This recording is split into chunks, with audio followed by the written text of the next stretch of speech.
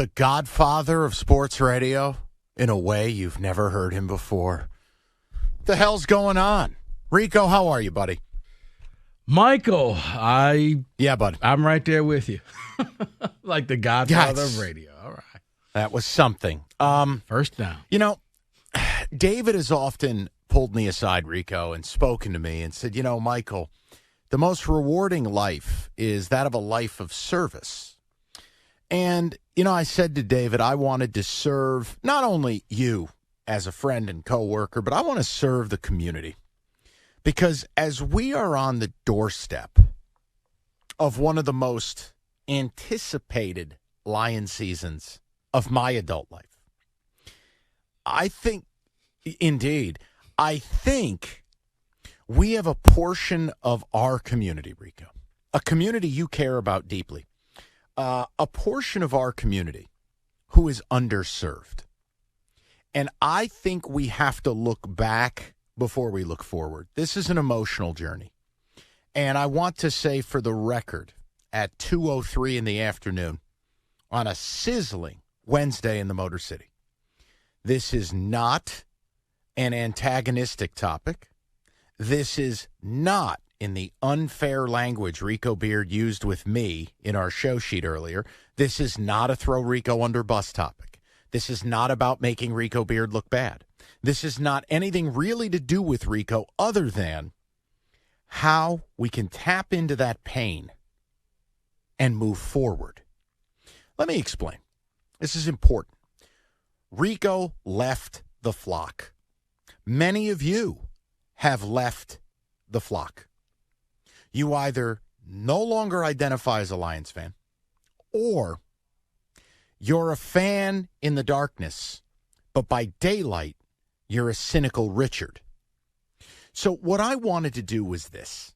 I want to move forward together as a community, as one, as Greater Life Church does every Sunday at 10 a.m. where David is singing. Your donations are welcome. I want to move together as a parish. Now, how do we do that? Well, it's not good enough for me just to talk to Rico. Rico is but one man. Influencer, yes. A community leader, absolutely. But still, just one man. I want to hear from the people who have been hurt by this team, who have been disenfranchised by this team, who have not found a way to move forward. And what I want to do is make tomorrow, on the eve of this incredible season, I want to bring everyone with us. Leave no man behind. So here's my question.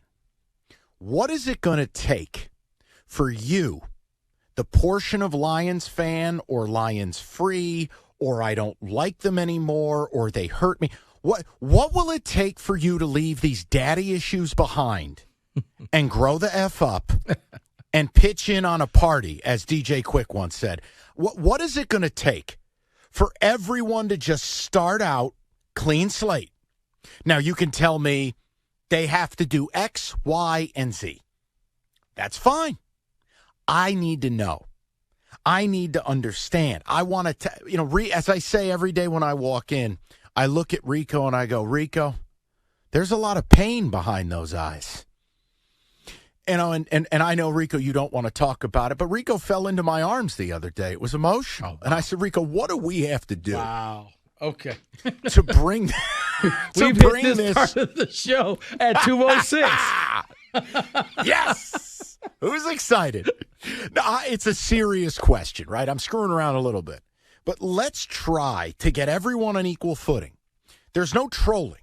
There's no attacking. I'm asking, what do they got to do to bring you back? And if you tell me there's nothing they can do, that's fine. But I want to explore it. Because you know what tomorrow's going to be, Rico? Mm-hmm. Tomorrow's going to be a raging kegger. Tomorrow's going to be a party. And I just don't want to see that portion of the Lions fan base sitting alone in the corner. Nobody's willing to dance with them. They're not going to get laid. They're sitting in the corner angrily drinking out of a Dixie cup while everybody else is having fun. See, I don't see it that way, Everybody Mike. else having fun. See, I don't see it that What's way. up, buddy? I don't see it that way. See, I see Tell me it how as, you see it. Tell me how you see it. I see it as tomorrow's going to be the day where, let's call it a block party. And everybody's at your house, Mike, but we're neighbors. I'm not invited to the party, but I'm not calling the cops on you. Hey, go have fun. Do whatever you need to do. Maybe I'll stop by for a burger, but that party's not for me. That party's for you. You go ahead, you celebrate. Your joy has nothing to do with my joy. That's so you're how Alfred Hitchcock. You're like the creep looking out the window at all the people having fun? No, I realize, hey, that party's not for me. All right, so let's take this approach. I want to throw this number out. 248-539-9797. It's very simple. If you are disenfranchised or know someone who is, for $1 a day, you can help these people. No, I want to hear from you, and I want to know, in no uncertain terms, what is it going to take for you to not be cynical, to not use their past against them? What is it going to take to just start fresh? Like, this is. I'm being dead serious. No. So I guess, and Mike, just to clarify, are we just talking this season, or are we talking in general? I mean, I think for me, they're both the same. Because see, like for this season, I've told you it's, and I do the same for MSU. I said I'm going to judge this team based off the Washington game. For the Lions, going into the game on Monday night, I needed a 5-3 record. You're 5-3 going into that game against the Raiders here. Okay, you know what? All the hype that was said this summer, believe it, it's true. This is a different team. Rico Beard has said he can let go of 23 years of pain, anger, resentment. See, 8 weeks. No. See, now you're talking about long term. That's why I said we're talking this season. I'll believe the hype. I'm saying, you know what, Rico? Here's what I'm saying. I'm saying for you to give them a chance on any level. Not saying you're getting married. Not saying you're moving back in together. But much like when Kenny gets kicked out of the house, what does it take for him to just get back inside to have dinner? Maybe not even sleeping in the same bedroom. Okay. Just dinner. You know what it takes, Mike? Tell me. For me not to use the past against them, please. You got to give me a present. You got to give me a future. You got to give me 2-3 consecutive years where you just make the playoffs. You don't have to win a Super Bowl. Heck, my team hasn't won a Super Bowl in over 20 years, but they make the playoffs. They're fun. They're consistent. Where last year is the floor. You just missed out on the playoffs. That's what I need to see. Consistency. People, fun. Rico has laid it out in clear terms. This is your audience. This is your chance. Speak to your pain. Because what I'm not going to do tomorrow is deal with filth-ridden rats who want to bleep all over my living room floor on the day of the Super Bowl. Tomorrow is supposed to be a good time. I do not want some homeless person showing up asking to use my bathroom. You don't want that plane? No, I do not want the diarrhea plane that had to divert from going to Barcelona to go back to Atlanta. Did you see the video?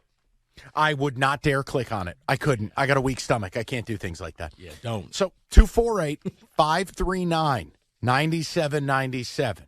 David, you're qualified here. You're a Detroiter. You're a community leader. You live a life of service. But you gave up being a Lions fan. Now, I think you're able to see clearly what is it going to take to not bring you back. I think you're too far gone, much in the way Rico is. But to not speak in such a bleep hole cynical tone. Yeah, to not laugh at the Lions sometimes. Yeah, that. Exactly, Pastor. What it will take for me is to win the division and then win that playoff game. Because those two things are things that has never happened since I've been watching football. David, I shouldn't have a collector's item of the last Lions win in the playoff, the ticket stub. That I just thought was just a normal ticket stub. Didn't know every year it would go up in value. You're right. Consistency. Make the playoffs. You don't have to win a Super Bowl because a lot of teams don't go on the Chiefs or the Patriots type of run. But, hell, at some point, every team does something that you're like, okay, the Falcons were good, and then they weren't. And it's like, you've always been a have-not. Be a have. Maybe that's the statement right there. People, floor is yours. 248-539-9797. If you're all aboard the party train, I'm not asking much of you, but you probably know someone who isn't. And if you're one of these people who is going to gloat when they lose, who's going to call this show today and tomorrow, picking against them, telling you how aggrieved you were because of what they did to you in 1993 or 91 or 76, do this right now. Take the podium and tell me what they got to do for you to stop acting this way.